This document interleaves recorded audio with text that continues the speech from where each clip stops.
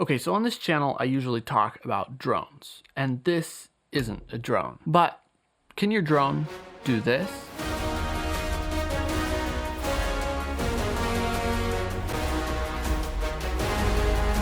Thanks to iFootage for sending out this Nano Shark 2 slider for me to play with and make a video on. And let's see what we can do with this. So I've got this slider set up here, getting ready to get a shot for my FPV video. I want the camera to slowly rise up and tilt down, keep me in frame. And this slider should be perfect for doing that. And as you can see here, I've got my Ronin RS2 mounted on the slider. You just pop the battery grip off and attach it directly to the slider. There's a cable here that powers it and gives it data connection, and I can basically use it as a pan tilt motion control head for this slider, so you don't just get sliding motion but full 3-axis motion control. And you can power this slider by USB-C. Right now I'm powering it off of this massive iFootage battery bank. This lasts for quite a while. I think it's 140 watt-hour. Pretty neat design, works great to power this slider. So let's try to set up this shot. So I can just push these two buttons on the slider to unlock it, and then I can just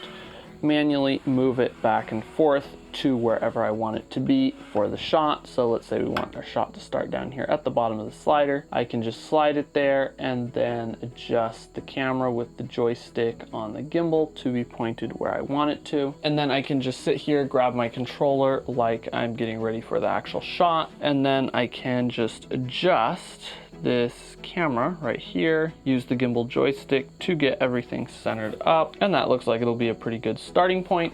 So I can just come over here to the slider and I can just tap right here on the touch screen to add the first point on the slider. One thing that's really nice with this slider is you can do basically everything right here on the touch screen on the slider. You don't have to connect your phone or anything to get it to work. I hate having to connect my phone to filmmaking gadgets. It's just a pain. I always prefer to have controls on the device so I don't have to use my phone for one more thing, drain the battery, etc., etc. So now that we have our first point set, I can just push the slider up to our endpoint, and I'm going to jump back up here, and then I'll just tilt the camera down. I want to see where this is going to end up here. And then once I've got the second point locked in here, I can just come over here, scroll over, select our second point, and lock that in. And then I can also go through the settings and choose how long I want it to take to go between those 2 points. I think we're going to go for about 8 seconds here. And now I can just re-enable the motors on the slider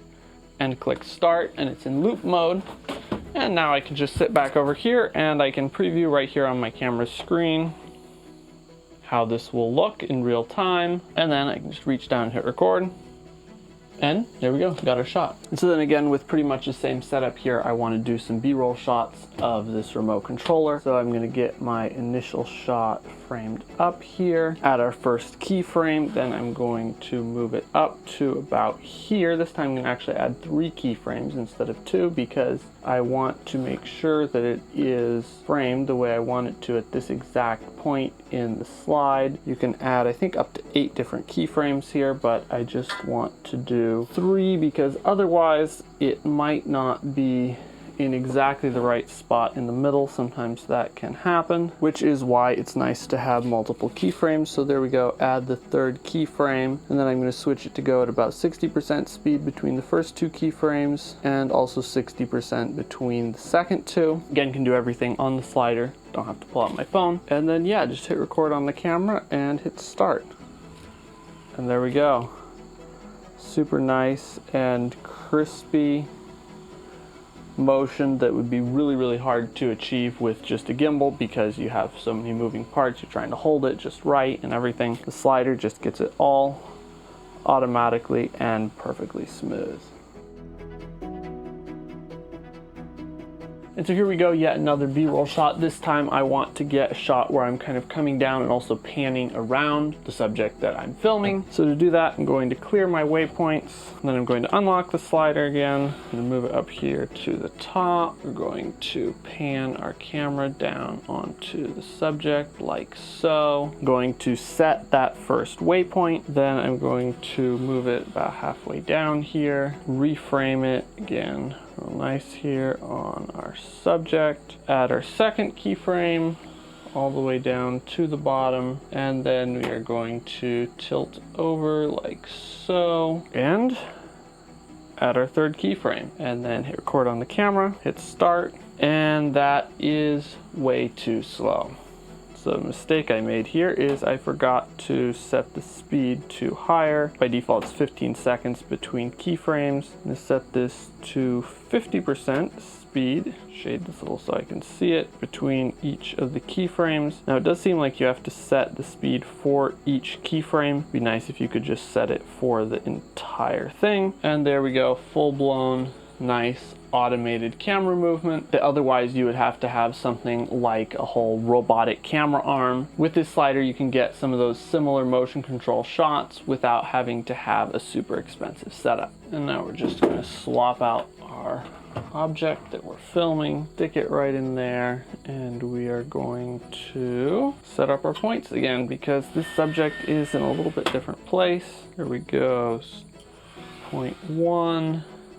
Midway down the slider, get point 2, and all the way down at the bottom, we get point 3. Honestly, super fun tech to play with, and of course super useful for shooting YouTube videos and all sorts of other stuff. And if for some reason you want to bring a whole slider with you but don't want to bring a big camera and gimbal, iFootage also has a little adapter that lets you attach your Osmo Pocket 3 to this slider. It just slides directly in here, has an ingenious little mount that lets you just drop the Pocket 3 in here and leaves the bottom USB-C port exposed, and you just connect it via USB-C to the slider, and then you can do exactly the same thing here. You can just point the Pocket 3 where you want to start the shot, and then you can unlock the slider, move it around, change your framing and all that good stuff,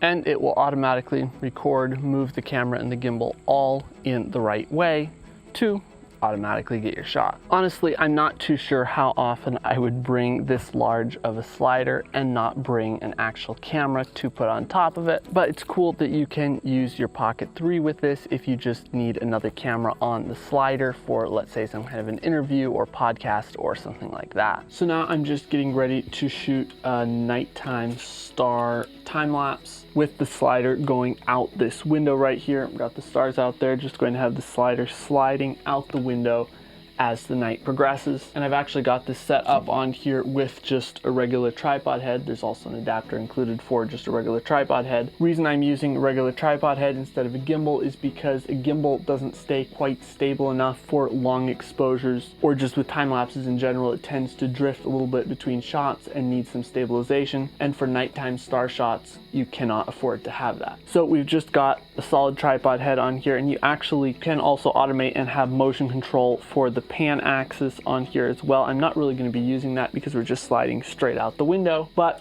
it's a great option to have for time lapses where you're sliding sideways and want the camera to turn. And this also has right here on the camera cart a place to plug in a cable for triggering the camera, so it will automatically trigger the camera every time it moves and shoot photos in between the movement, shoot, move, shoot type of time lapse. So I'm just going to go here into time lapse mode, just going to get my camera all set up here, manually focus on the stars.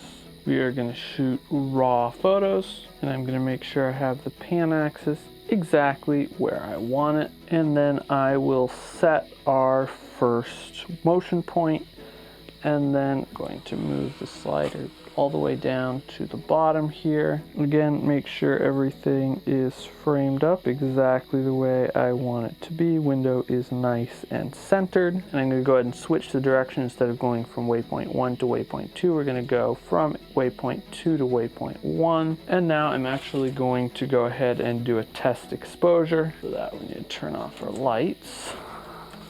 As you can see, it's dark in here now. And then we will go ahead and move the camera back up to the end of the slider, and we're going to do a test exposure up here. And that looks pretty good. We are running 30-second exposures here, ISO 3200 f2.8. So I think I will set up 31-second interval here, just to make sure that our interval is ever so slightly longer than our exposure. And we'll choose how long we want our video to be. I'm going to go for a 10-second final clip, which means it will take 2 hours and 35 minutes to shoot all the way up the slider. And so with that, we are going to send our slider to the start position. I'm gonna go ahead and flip our screen back to the back, hit start on our slider. Boom, there we go.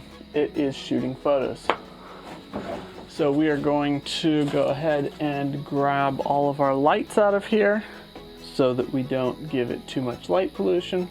Okay, turns out I needed to put it in bulb exposure mode for it to work properly. All right, third try. Hopefully this is the charm. And we hit start. Well, it appears finally got it set up.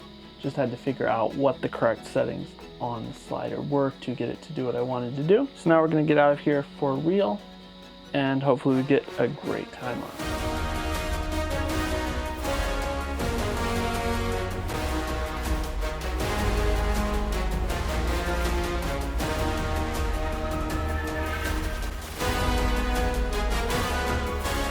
So big thanks to iFootage for sending this slider out. If you haven't yet, make sure to go check out my free drone filmmaking training, or click here to watch another video. Hit subscribe if you've enjoyed this video. We'll see you in the next one.